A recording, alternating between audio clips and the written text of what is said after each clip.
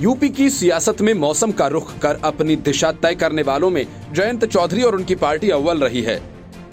किसान आंदोलन के असर के लगातार खत्म होने और फिर अखिलेश के करीबियों के यहां पड़ रहे छापों से समाजवादी पार्टी का ग्राफ तेजी से नीचे गिर गया तो जयंत चौधरी बेचैन हो गए।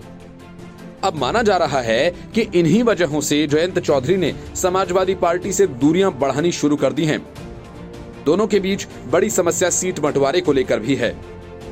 अखिलेश आरएलडी को 28 सीटें देना चाह रहे हैं, जबकि जयंत 36 से लेकर करीब 40 सीटों की उम्मीद लगाए बैठे हैं। तनातनी इतनी बढ़ गई कि जयंत ने चुनावी कार्यक्रमों से दूरी बना ली। पिछले साल चौधरी अजीत सिंह के निधन के बाद जयंत चौधरी के सामने अपनी पार्टी के खोते जनाधार को बचाने की चुनौती है। किसान आंदोलन ने जयंत चौधरी को वो मौका भी दिया।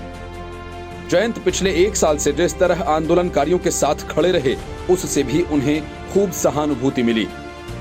अब जयंत को लगता है कि पश्चिमी यूपी में जाट, सिख और मुस्लिमों की लामबंदी की बदौलत आरएलडी फिर से अपनी खोई ताकत जुटा चुकी है और इसलिए जयंत अब इसका भरपूर फायदा उठाना चाहते हैं।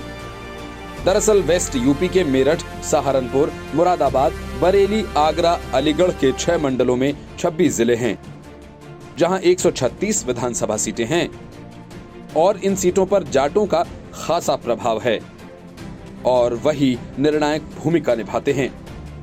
जयंत चौधरी की निगाहें इन्हीं सीटों पर हैं और वे चाहते थे कि इनमें से अधिकांश सीटों पर आरएलडी के उम्मीदवार ही चुनाव लड़ें।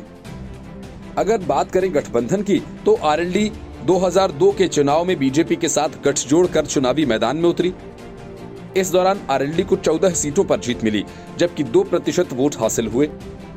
साल 2007 में आरएलडी अकेले चुनाव मैदान में उतरी।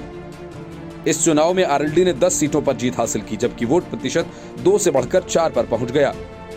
2012 के चुनाव में आरएलडी कांग्रेस के साथ गठबंधन कर चुनावी मैदान में उतरी। इस दौरान उसे 9 सीटों पर जीत हासिल हुई, जबकि वोट 2% मिले। वहीं एक बार फिर साल 2017 में आरएलडी ने अकेले चुनाव लड़ा, जिसमें 1 सीट पर जीत हासिल की, जबकि 2% वोट उन्हें मिले।